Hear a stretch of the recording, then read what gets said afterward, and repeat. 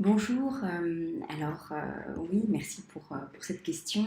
Je dois dire que je ne suis pas si surprise par les résultats de l'INABI parce que on s'attend à quelque chose de cet ordre-là.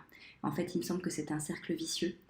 Et pour répondre un peu plus précisément, je dirais que euh, par rapport à la catégorie d'âge, je suis peut-être un petit peu surprise. C'est-à-dire que dans un premier temps, en ce qui concerne les adolescents, on a vraiment perçu, suite au confinement en particulier, peut-être suite aussi à l'explosion des réseaux sociaux, une vraie prévalence de troubles anxieux et dépressifs, voire des troubles plus graves, hein. Et donc c'est voilà, une augmentation qui, à mon avis, est corrélée, qui se couple à une plus grande fragilité des défenses psychiques, et puis une fragilité narcissique dans cette génération. Et puis, évidemment, dans cette population, parce que les adolescents, ils sont déjà au carrefour des troubles psychiques et des risques de décompensation. Mais pour un aspect positif, je trouve que le travail justement avec ces adolescents ou ces jeunes adultes, il est vraiment évidemment important, mais surtout il est efficace. On sent qu'il peut se passer quelque chose, que c'est peut-être quelque chose d'un passage à l'âge adulte et du coup à la capacité de gérer et de dépasser ses angoisses qui est un peu retardée, qui est un peu fragilisée. Mais on peut voir qu'on va quelque part. Donc c'est assez encourageant. Évidemment, le problème, on aura l'occasion d'en reparler, à mon avis, tout du long de l'interview, mais c'est que ces jeunes manquent justement d'espace pour être reçus par des professionnels. En ce qui concerne les plus jeunes, en revanche, comme on en parle dans ce rapport, le problème me semble différent. Alors, d'une part, on ne peut pas vraiment faire de corrélation évidente entre l'augmentation des troubles psychiques chez les 3-6 ans et le confinement, parce qu'en termes de date, on ne voit pas comment est-ce que ça pourrait vraiment les avoir impactés. Ça peut avoir impacté les parents, éventuellement, mais tout de même, ça me paraîtrait pas tout à fait une réponse. Donc, qu'est-ce qui pourrait être à l'origine comme ça d'une telle augmentation? Bien entendu, il peut y avoir le fait que les outils diagnostiques sont plus efficaces et donc détectent mieux. Il peut y avoir aussi une tendance, un risque qu'on a vu dans d'autres pays anglo-saxons en particulier, aux États-Unis tout particulièrement, une tendance au surdiagnostic, mettons. Mais je pense qu'il y a aussi autre chose. Je pense qu'en fait, il y a tout de même une explosion du fait d'un cercle vicieux.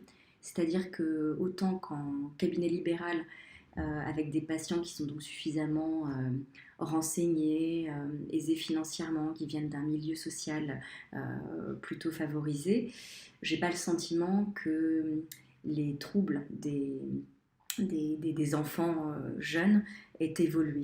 C'est les mêmes difficultés qu'on va rencontrer. En revanche, chez des enfants qui vont être issus de milieux plus défavorisés, qui vont donc être, quand ils ont de la chance finalement, reçus en institution, en CMP, CMPP, en CANSP ou dans des IME, etc.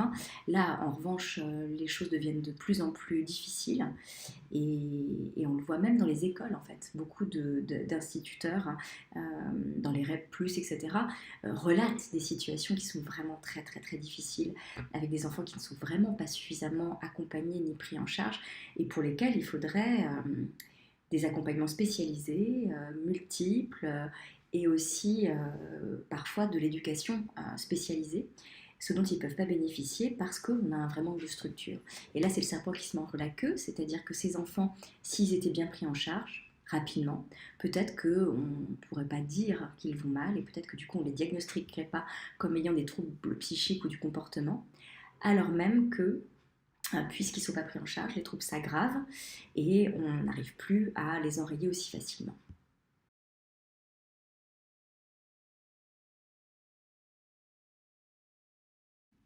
Oui, et je trouve justement très réjouissant que ce soit devenu une grande cause nationale pour l'année prochaine. C'est c'est pas seulement des mots. Il me semble qu'à plusieurs reprises, on a pu constater que ça peut avoir un impact vraiment important. Ça a été le cas pour le cancer à un moment, pour la sécurité routière. Enfin, je pense que c'est vraiment urgent, important, mais surtout que c'est une bonne nouvelle. Donc voilà, il y a une urgence sociale. J'espère qu'effectivement, on va pouvoir travailler à déstigmatiser les troubles psychiques, même si je dirais que concrètement, c'est pas ça, à mon sens, la priorité.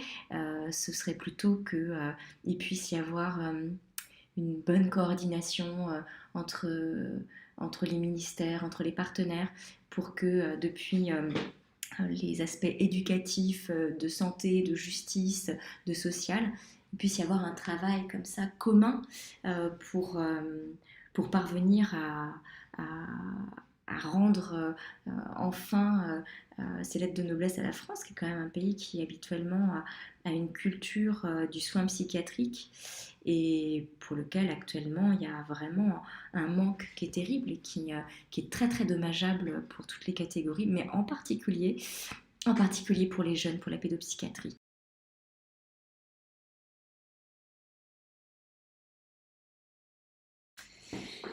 Concrètement, ce qu'il faudrait voir du coup comme action un peu effective, effectivement, pour améliorer durablement les choses, je pense qu'il faut renforcer les dispositifs de première ligne dans les CMP, les PMI, les écoles, où là pour le coup, à la fois il y a de moins en moins de psychologues dans les écoles, plus vraiment de psychologues, et puis en plus en règle générale il n'y a plus de spécialisation, il n'y a plus d'infirmières psychiatriques, il n'y a plus de formation à ça. Dans la formation en psychiatrie, en pédopsychiatrie en particulier, je crois il y a un semestre de psychopathologie. Comment est-ce qu'on pose des diagnostics, comment est-ce qu'on peut vraiment bien faire les choses, ça c'est vraiment un problème. Donc aider comme ça tous les problèmes, tous les professionnels de toutes les disciplines à avoir une meilleure capacité de dépistage, d'accompagnement, d'orientation. Mais il faut aussi revaloriser les métiers. Les carrières en pédopsychiatrie sont vraiment de plus en plus abandonnées et il y a au moins un tiers des pédopsychiatres qui vont être à la retraite d'ici 10 ans et ils ne sont pas remplacés. Et pour les psychologues, le numerus clausus de tous les masters est devenu tellement serré qu'on manque de psy dans tous les services, tous les hôpitaux, où je vois passer des annonces à la PHP sans arrêt, avec des gens qui du coup viennent mais ne restent pas parce que c'est pas très attractif évidemment. Et puis je pense à peu près concrètement pour ceux qui sont là, qu'il faudrait privilégier des interventions plus systémiques, avec du soutien aux parents, des environnements plus éducatifs pour tout le monde, et puis réduire les inégalités sociales, ça va évidemment participer activement à améliorer la santé mentale en France, et en particulier pour les enfants.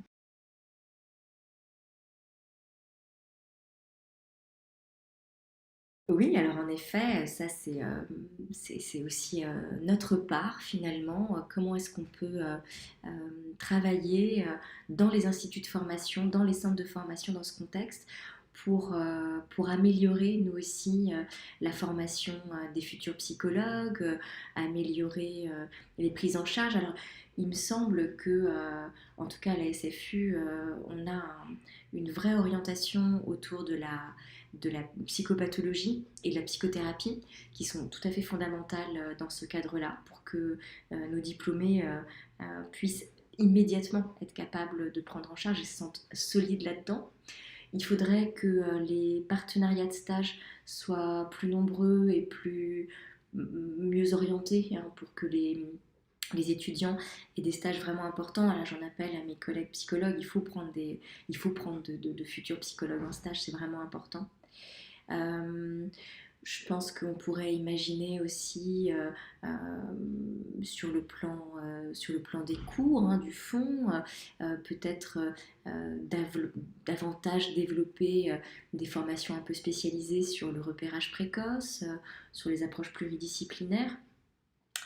De mon point de vue, mais voilà, je suis un peu biaisée, je pense qu'il faut des formations spécialisées en périnatalité et en petite enfance parce que, parce que tout de même, quand on prend bien soin d'une femme enceinte, d'un couple de jeunes parents, d'un bébé, et puis des enfants petits, je dis pas que tout se joue quand on est petit, faut pas caricaturer, mais tout de même, il se passe quelque chose de certainement plus positif. Et puis, je pense que nous, ce qu'on peut aussi apporter, et qu'on essaye déjà de faire avec la clinique solidaire, c'est des pratiques cliniques qui soient supervisées et accessibles à tous. Donc, je pense que c'est des choses qui vont se développer dans l'avenir et je suis ravie qu'on puisse y participer.